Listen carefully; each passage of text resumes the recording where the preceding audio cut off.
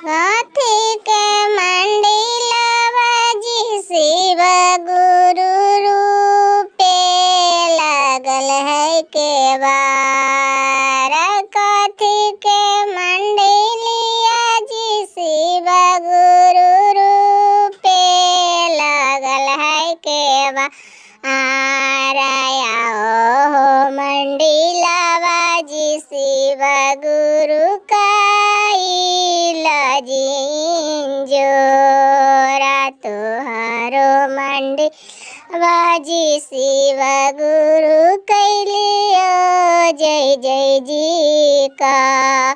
काथी के मंडिलिया गे शिव रूपे के हो केवा।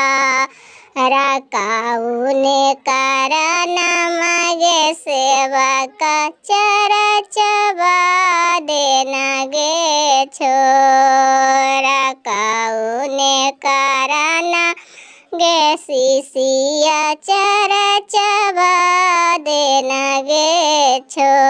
सासु मोरा मारे जी शिव गुरु गोतनी ठोरा चमका।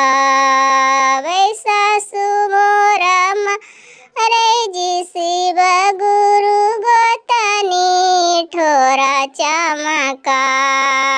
हुना खे कारण जी शिव